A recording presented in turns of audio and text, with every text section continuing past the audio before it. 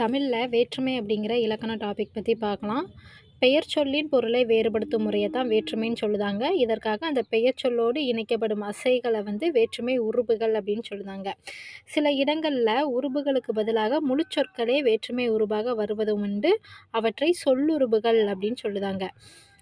ஓவியர் தூரிகையால் ஓவியம் தீட்டினார். இதுல உள்ள ஆல் அப்படிங்கிறது வேற்றுமை உருபாக வந்துள்ளது. அடுத்ததா ஓவியர் தூரிகை கொண்டு ஓவியம் தீட்டினார். இதுல கொண்டு அப்படிங்கிறது சொல்லுறவு. ஆல் அப்படிங்கிறது வேற்றுமை உருபு. நமக்கு வேற்றுமை உருபு ஐ, ஆல், கூ, இன், அது, கண் இதெல்லாம் வேற்றுமை உருபு அப்படின்னு நமக்கு தெரியும். ஆ இதுல உள்ள கொண்டு அப்படிங்கிறது நமக்கு சொல்லுருபு அப்படின்னு சொல்லியிருக்காங்க. வேற்றுமையோட வகைகள்னு பார்க்கும்போது, வேற்றுமை 8 வகை இருக்கு. முதல் வேற்றுமையிலிருந்து 8ஆம் வேற்றுமை வரை இருக்கு. இதுல முதல் வேற்றுமைக்கும், 8ஆம் வேற்றுமைக்கும் உருபு கிடையாது. 2ஆம் வேற்றுமை முதல் 7ஆம் வேற்றுமை முடிய உள்ள அந்த 6 வேற்றுமைகளுக்கும் உருபுகள் உண்டுன்னு சொல்லியிருக்காங்க.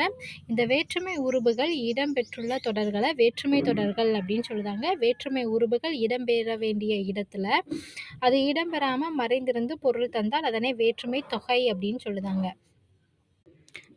முதல் வேற்றுமை பெரும்பாலான சொற்றொடர்களில் எழுவாய், செய்யப்படுபொருள், பயனிலை ஆகிய 3 உறுப்புகள் இடம்பெற்றிருக்கும்.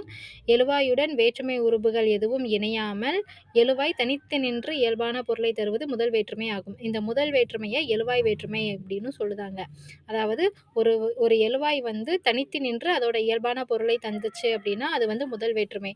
அதுக்கு எக்ஸாம்பிள் பாவை வந்தாள். இதுல பாவை அப்படிங்கிறது எழுவாய். இது தனித்து நின்று ஒரு பொருளை தருது. பாவை வந்தாள் அப்படின்ட்டு. அதனால இது முதல் வேற்றுமை அப்படின்னு சொல்லுதாங்க. நன்றி.